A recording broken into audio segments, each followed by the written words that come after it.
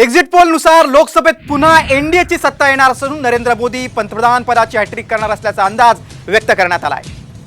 नरेंद्र मोदी पुन्हा पंतप्रधान पदाची हॅट्रिक करतील असा सगळा एक्झिट पोलचा अंदाज आहे। एनडीएला 350 पेक्षा जास्त जागांचा अंदाज व्यक्त करण्यात आला आहे। इंडिया आघाडी 150 पारही जाणार नाही असा अंदाज आहे। पोलचा कल एनडीएकडे आहे। नरेंद्र मोदी पंतप्रधान पदाची हॅट्रिक करणार असा अंदाज आहे। एनडीएला 350 पेक्षा जास्त जागांचा अंदाज व्यक्त करण्यात आलाय। मात्र इंडिया आघाडीला मात्र 150 ची संख्या देखील पार करता येणार नाही असा अंदाज आहे। बघा इंडिया न्यूज 371 इंडियाला 125 इतर 47, जन की बात 377 इंडियाला 151 इंडियाला इतर 15, रिपब्लिक टीव्ही इंडियाला 359 इंडियाला 154 तर इतर 30, TV5 तेलुगू इंडियाला 359 इंडियाला 154 इतर 30, सरासरी 366 इंडियाला 146 तर इतर 31 जागा।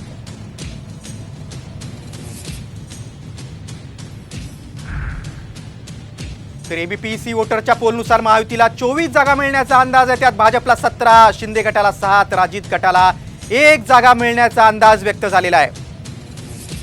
बघा आपण एबीपीसी वोटरचा अंदाज बघतोय। महायुतीला 24 महाराष्ट्रात, महाविकास आघाडीला 23 तर इतर 1। एबीपीसी वोटरनुसार महाराष्ट्रात मात्र महाविकास आघाडी बाजी मारेल असं चित्र आहे। जो 45 प्लसचा नारा दिला होता महायुतीने तो हुकण्याचा अंदाज आहे। पोलनुसार राज्यात महायुतीला 25 जागा मिळतील असा अंदाज आहे। तर महाविकास आघाडीला 23 जागा मिळण्याचा अंदाज व्यक्त करण्यात आलेला आहे। बघा मवियासाठी ही खूप दिलासादायक असणार आहे हा आकडा।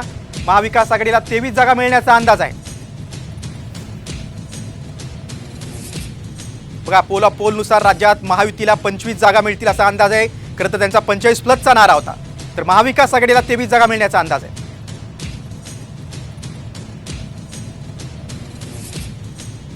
तर इंडिया न्यूजच्या एक्झिट पोलनुसार एनडीएला 371 जागा मिळतील तर इंडिया आघाडीला 125 जागा मिळतील असा अंदाज आहे। तर इतर जागा 47 असतील। तर रिपब्लिक एक्झिट पोलनुसार एनडीएला 369 जागा तर इंडिया आघाडीला 130